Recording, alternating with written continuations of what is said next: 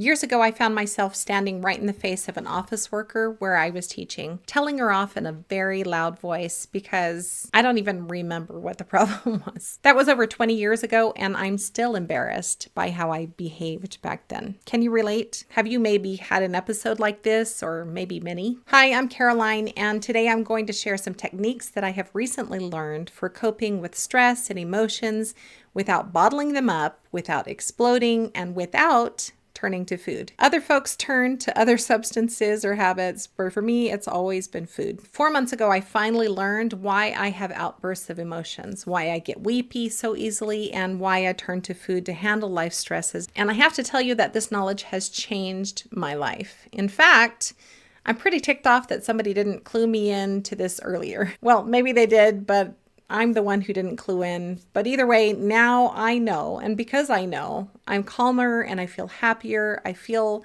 like a normal person instead of a crazy, irritable mess of big emotions that always came out in not so pretty ways. It's all because 1, I have learned to identify my emotions. 2, I have learned how to feel those emotions and let them pass, which actually happens pretty dang quickly. I have learned to release emotions from the past that I never dealt with, but are still stuck inside of me, causing me to be triggered and react in ways that I don't want to react. What I'm saying is that I am finally emotionally regulated, and my nervous system is now humming along happily most of the time. This is huge because before learning the techniques that I'm sharing today, I was living in constant emotional dysregulation, causing me to be anxious and stressed and overreact all the time. I was living in survival mode. What do I mean by dysregulation? This is the term that refers to the inability to control our emotions and how we act on those feelings. All of us have feelings, but most folks learn to control those feelings when they're really young. It's just part of growing up and maturing, like how little dudes have temper tantrums until they learn skills for regulating those emotions, which makes it possible for them to grow out of them. However, for some of us, dysregulation happens because it's a symptom of another condition that we have. For example, folks who are neurodivergent, people who have had trauma to the brain,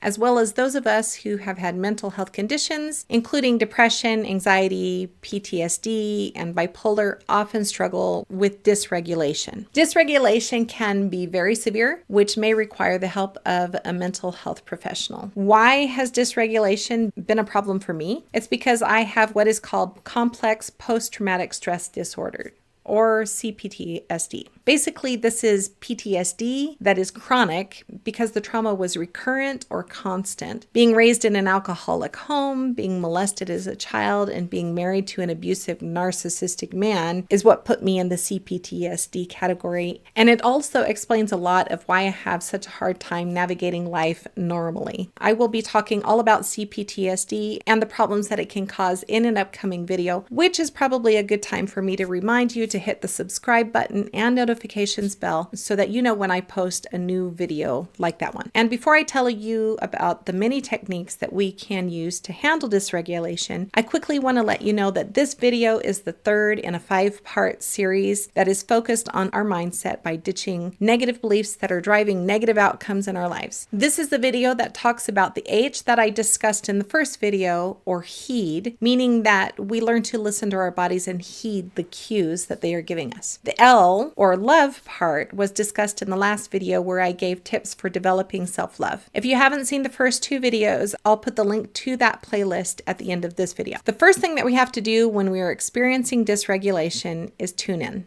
which of course means that we have to stop and really just pay more attention to what's actually going on. Like if people are feeling uncomfortable around you or having strong reactions to your behavior, that's a pretty good indication that you may be overreacting. If you're feeling weepy or overwhelmed with sadness or anger or anything that feels like a lot, your body is trying to tell you something. It's trying to tell you to pay attention. Your nervous system is being overloaded. Once you've identified the emotion, you've got to sit with it and you've got to feel it. This might sound scary if you're used to stuffing, but trust me, this is way, way better than stuffing. Because when you let your emotions take up the space it needs to be felt, it usually passes very quickly, freeing you up to deal with the situation more rationally because your nervous system is not on high alert. You know that fight, flight, or freeze thing, right? I added another F in there for feed because that's what I do when I get overloaded. But what does it mean to sit with an emotion and let it be felt? This is what has baffled me for years. Like, do you just sit there and think about what's going on and why? Yes, that's exactly what you do. If emotions are piling up and you feel yourself starting to react, just give yourself some space. Take a walk, go to the bathroom, go to the other room.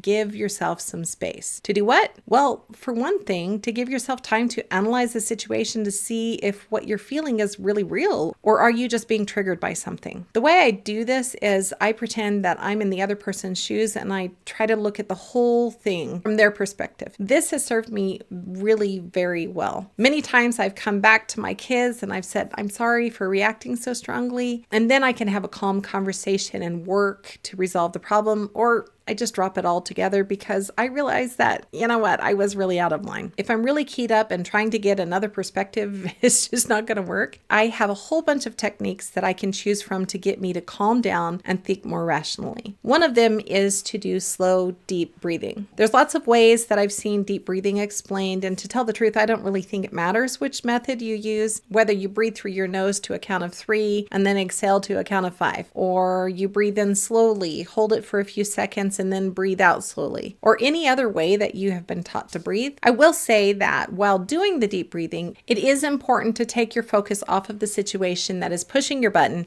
and put your attention just on the breathing. And if you have been able to shut yourself away somewhere private, you might also do a variation of a technique called havening, where you cross your arms so that your hands are able to start at the top of your shoulders and then slowly move your hands down to your elbows as many times as it takes to calm down. This is kind of like a butterfly hug, which is another technique where you can also cross your arms, give yourself a good squeeze, and then you can also tap your hands alternating each arm. I love these methods. In fact, I don't use them just for calming myself when I'm feeling emotional. I am using them to calm my nervous system down altogether. Because my system has been so keyed up for so long, I have actually added these techniques into my normal bedtime routine just to bring more peace and relaxation into my life as a whole. What I do is I give myself a butterfly hug every night when I crawl into bed as I mentally recite all of the things that I accomplished and succeeded at that day. I can't begin to tell you how this has helped me to feel more centered,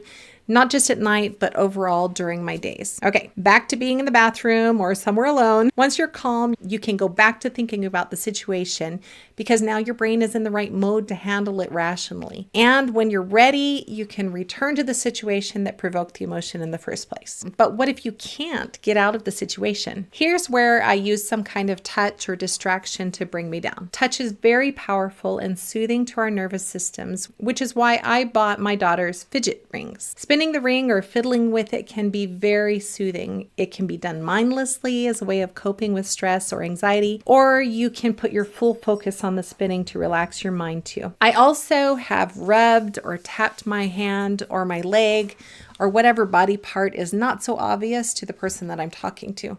They don't know that I'm secretly dialing down my emotional reaction, but doing this has really worked, especially when I'm dealing with certain family members.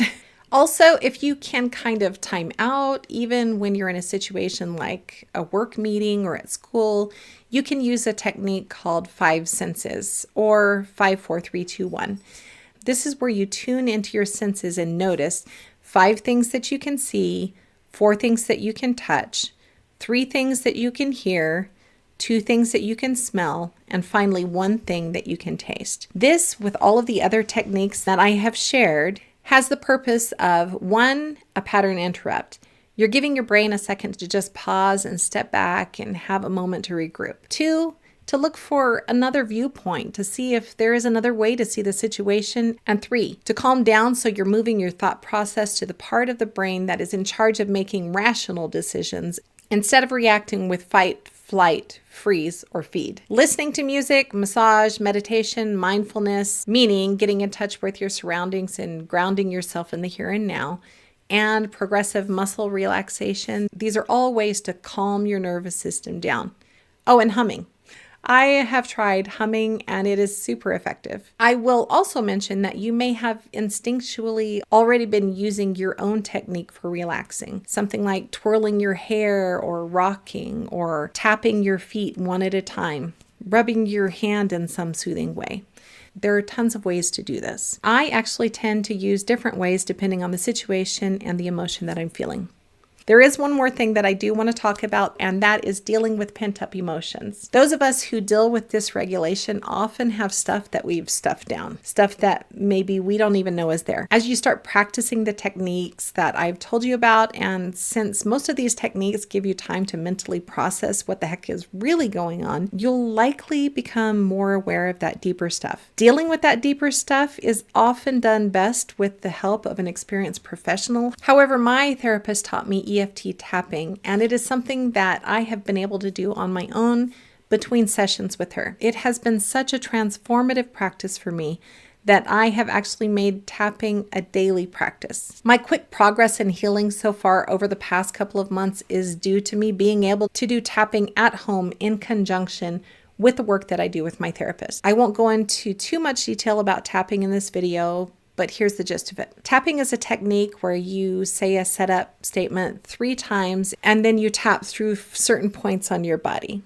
I was first exposed to this idea of tapping several years ago, but I dismissed it because I thought it was too woo-woo or out there. And that was a huge mistake. Things I have carried with me for years, beliefs that have driven me to act against my best interest. So many things have been cleared within one or a few sessions of tapping. I'll put a link in the description to connect you to Maria LaPuma, a therapist here on YouTube that does guided tapping sessions. You will want to check her out. Wow, that was a lot of information, right? I hope you were taking notes. If not, just throw it in your queue to watch again later to remember some of the things that we talked about. I personally have experienced how transformative all of the things I've talked about today can be. And I hope it will be a big benefit to you by knowing that you're not alone, that there are other people out here who are dealing with similar struggles, and that there is actually a name for the symptoms that you've been experiencing. Also, learning some techniques for giving yourself space to identify and process through emotions that are popping up in your daily life. And finally, just having the tools to work through past stuff and clear out emotional crap that has been plaguing you for years. I hope this video has not only been enlightening, but helpful to you. Please like it and leave me a comment. I'd love to hear your thoughts about what we discussed today, and maybe tell me some of the techniques that you have discovered and you use yourself. The next video in this series should be popping up right about now for you to click and to watch. It talks about how to identify the core beliefs that are causing problems in your life, how to challenge those beliefs, and how to flip them around to something that is helpful instead of hurting you. If it's not there yet, I just haven't posted it yet, but it will be available very soon. Take care of yourself, and I'll see you in the next video.